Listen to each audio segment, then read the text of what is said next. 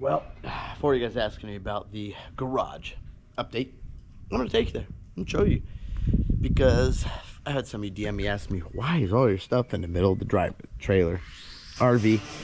Well, let's head on over here and I'm gonna show you guys right now.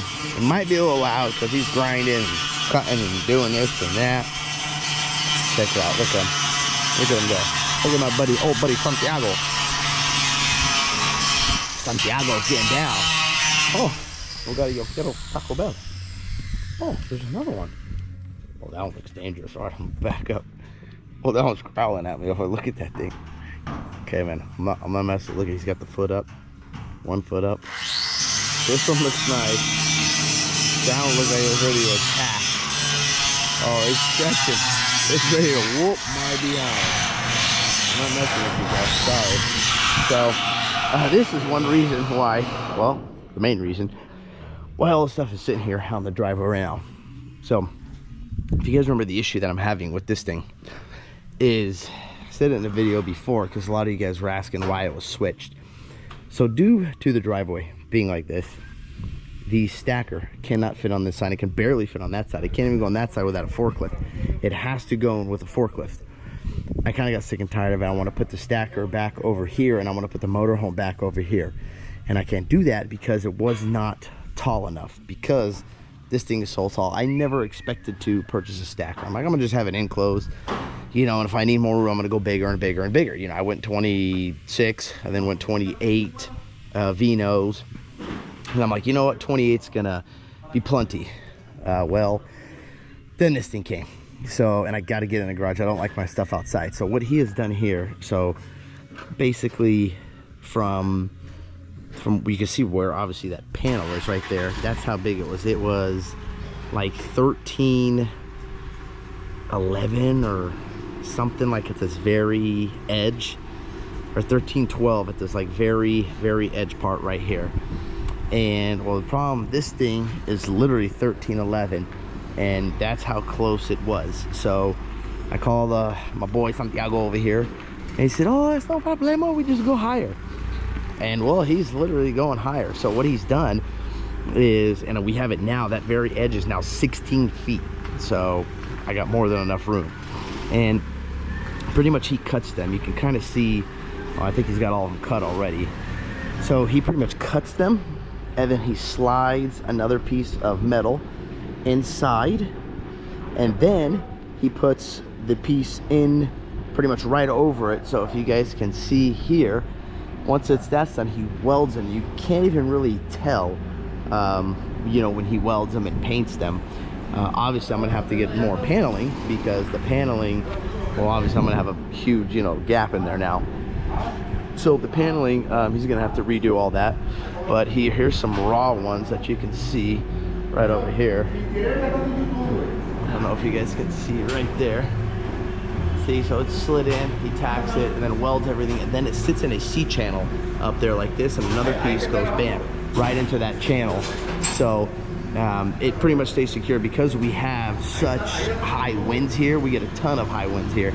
So we gotta make sure this thing stays secure, so, you know, it doesn't blow away, because sometimes when the Santa Ana comes, it literally blows in here, and well, there's nowhere for it to go. It pretty much stays like that. And he's repaneling the back, because I don't know why Santiago got me different colors. I told him what happened, and he was not aware that it was a different color. So no big deal. I mean, I don't really care for. You don't even see the back.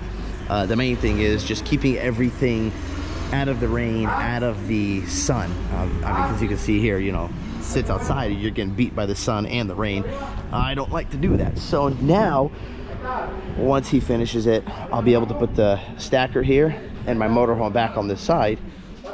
Because this is where everything is, the 50 amp, the sewer, you know, the water, everything I made when I built this is designed for the RV to be on this side. It's not designed to go on this side. The other issue with going on this side is you can't open the door, because once I back the RV in here, it's so close to this side, because of the trailer, I couldn't push it over. I had to bring it in. I couldn't even open the door. It was a horrible,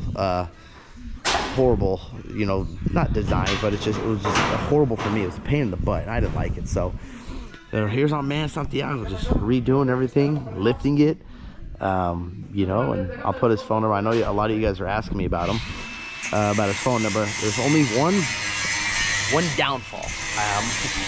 If you don't speak Spanish, it's going to be very, very hard to communicate with him. It's not a problem. You know, for me, it doesn't matter. But if you speak like no Spanish, you have to speak like, you know, fluent Spanish, but you got to speak a little bit. If not, I would suggest not calling him. Only because, like I said, it's going to be hard. He speaks mainly Spanish.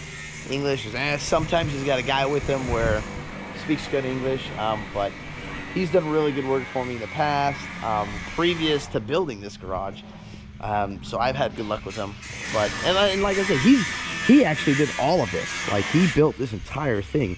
You know, the footings, the concrete, like, he did it all. So I didn't have to do any of it, which is cool. So you can bring him here, and it's easy if you have equipment. That way, you know, because if he's got to do equipment or rent it, he's going to charge you the rental for the equipment. Obviously, I know people don't have scissor lifts and forklifts hanging around their house, but if you do, well, you know, makes it easier and cheaper for you. But hey, what's up, man? What's your name? How you doing? Say hi to the camera. This guy's eyeing me. He's not happy. That one's dangerous.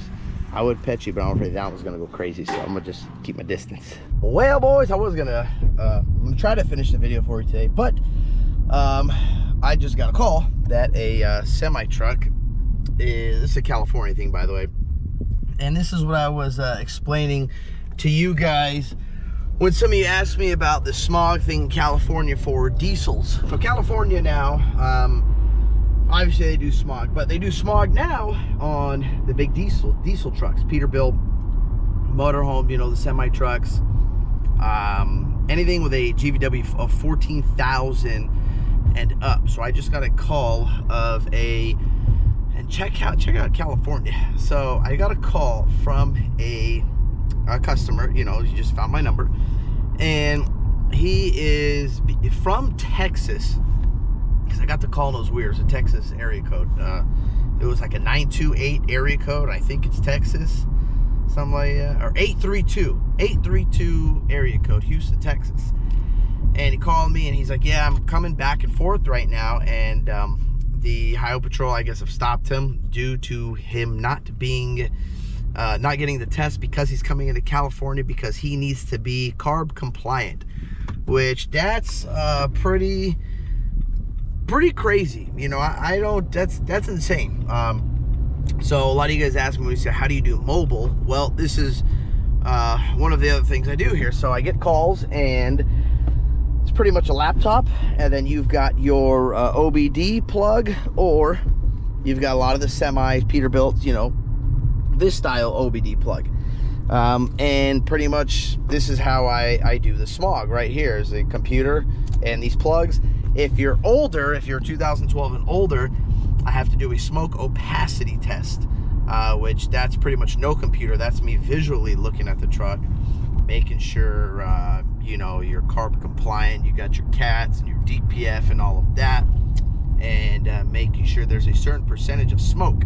So my opacity meter will tell me if you fail or pass.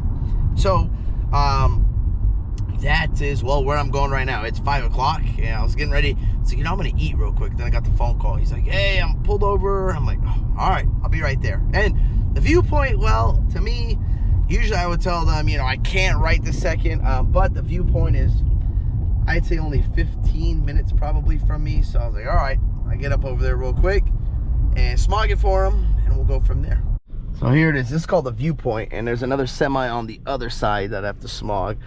This is one of them right here. This is the guy. I think this is, yeah, I think this is him right here.